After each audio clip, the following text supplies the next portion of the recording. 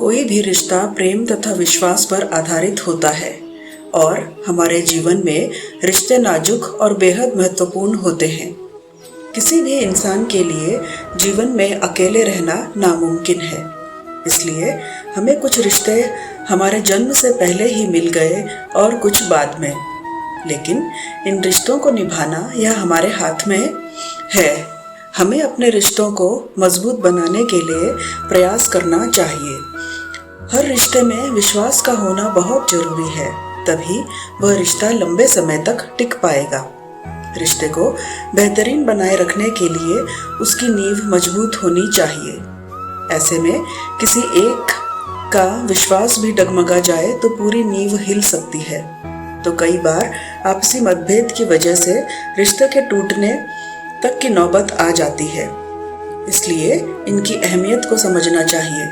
रिश्तों के बिना मनुष्य का जीवन अधूरा है। अपने रिश्तों और पैसों की कद्र एक समान करें। दोनों का कमाना मुश्किल है, लेकिन गंवाना बहुत आसान। रिश्तों को शब्दों का मोहताज न बनाइए। अगर अपना कोई खामोश है तो खुद ही आवाज लगाइए।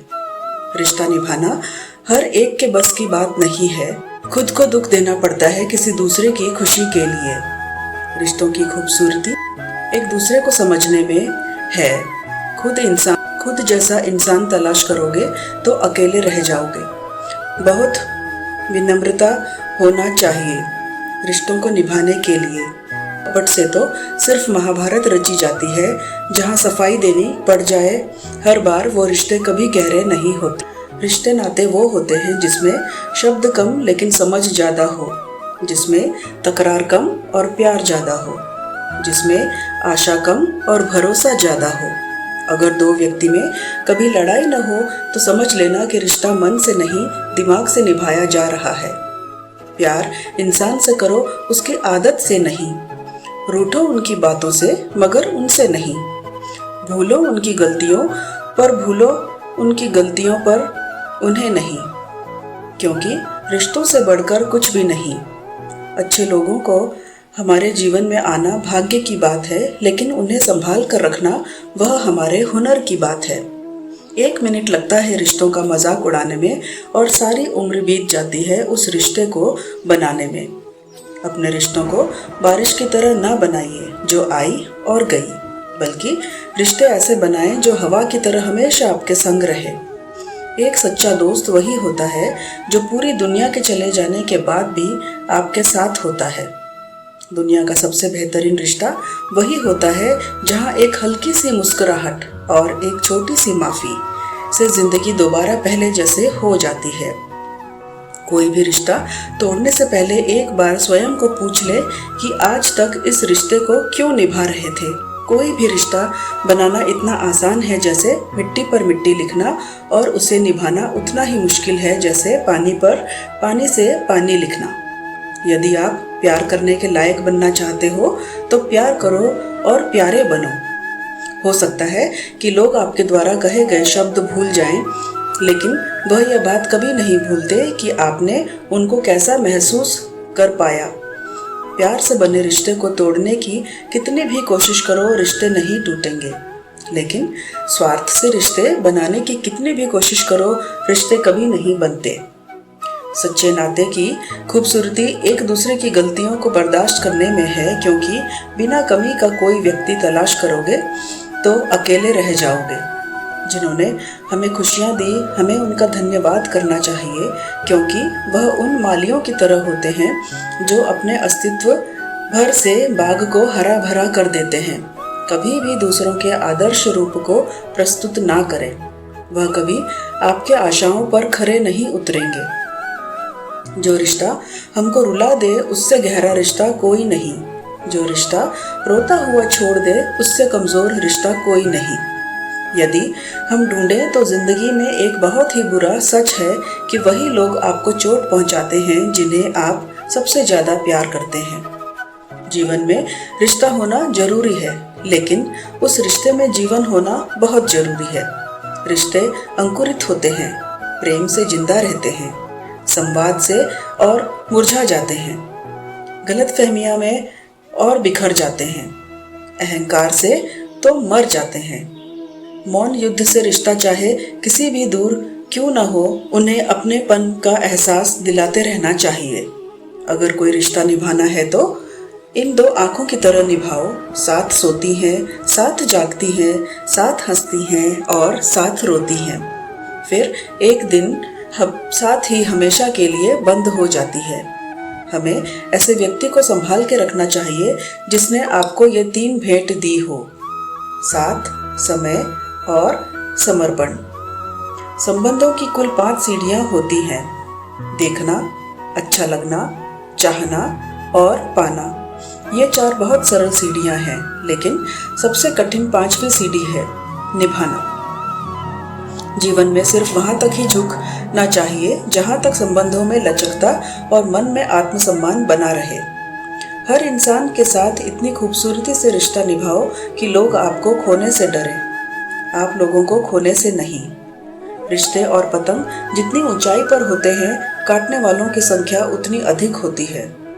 संसार में कोई मनुष्य सर्वगुण संपन्न नहीं होता है, इसीलिए कुछ कमियों को नजरअंदाज कर रिश्ते बनाए रखिए।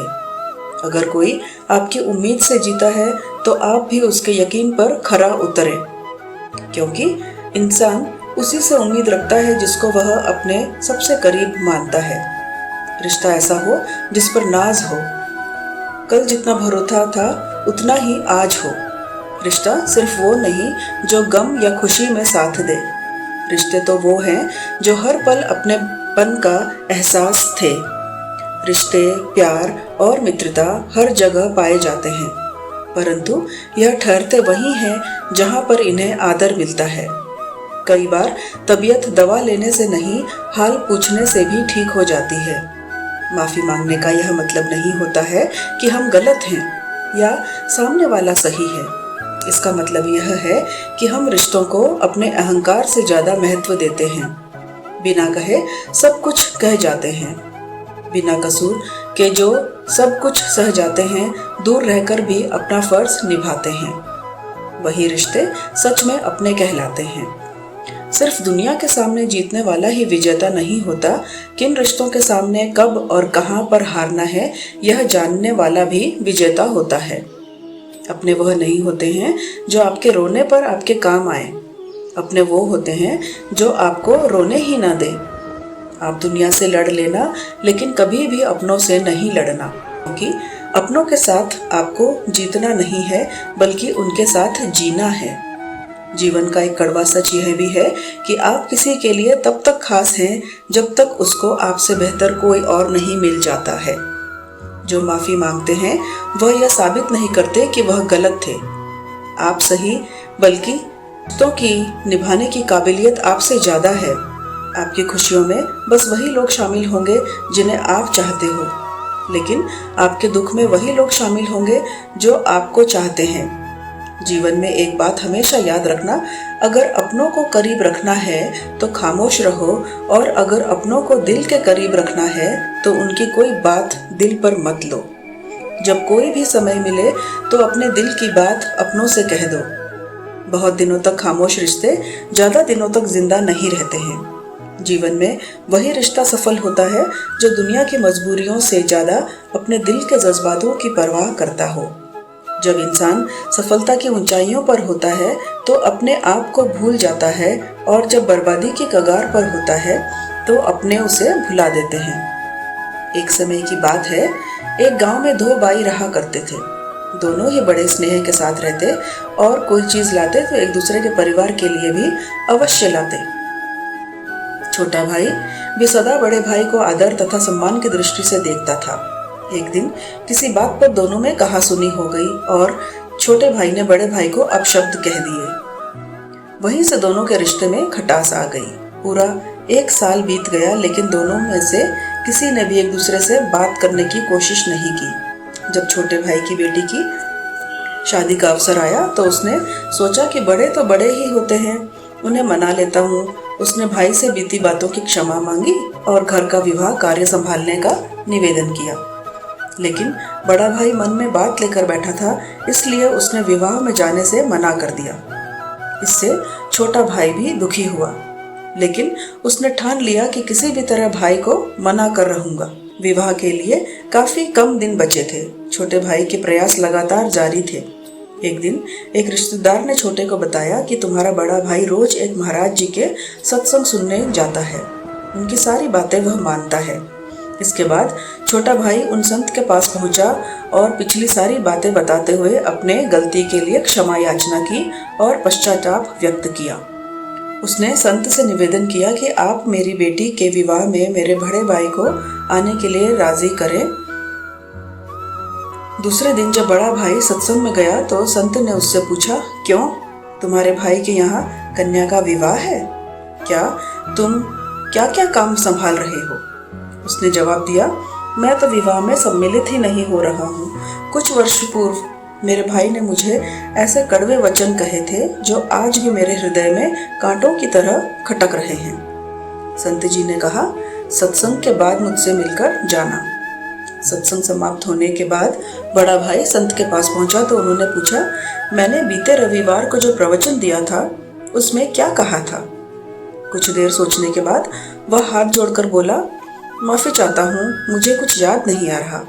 संत ने कहा, देखो, मेरी बताई हुई अच्छी बातें जो तुम्हें 8 दिन भी याद नहीं रहे और छोटे भाई के कड़वे बोल जो 1 वर्ष पहले कहे गए थे वो तुम्हें आज भी हृदय में चुभ रहे हैं। जब तुम अच्छी बातों को याद नहीं रखते तो उन्हें जीवन में कैसे उतारोगे? अगर जीवन नहीं सुधरा तब सत्संग में आने का लाभ ही क्या है? इसलिए यहाँ मत आया करो। यह सुनकर बड़े भाई की आंखें खुल गई और उसने आत्मचिंतन कर स्वीकार किया कि वास्तव में हम सब कड़वे शब्दों को दिल में बसाकर गांठ बांध लेते हैं। जीवन भर उसे सोचकर अपने जीवन में दूसरों के प्रति नफरत बढ़ाते जाते हैं, लेकिन बात करके उसे सुलझाने का प्रयास नहीं करते क्योंकि हमारा अहंकार हम पर हावी होता है। इसके बाद बड़े भाई ने संत से भूल की क्षमा मांगी और अपने भाई को माफ कर दिया।